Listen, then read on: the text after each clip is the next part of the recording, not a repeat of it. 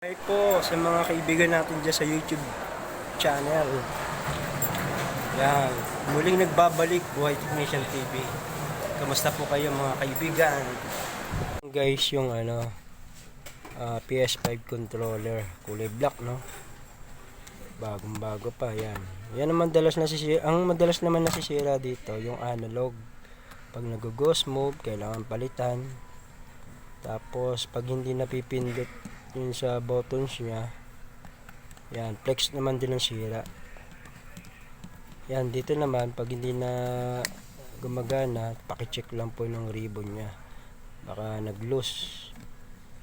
Yan, ganda, no? Ganda na kulay. PS5 controller, yan mga ginagawa ni Buhay Technician TV.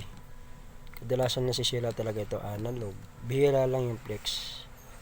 Yan, kasi ito yung mas gamit na gamit left, right. Yan ang ginagawa natin. Yan, na-miss ko uli maggawa ng content. Yan, thank you so much. Hi to all.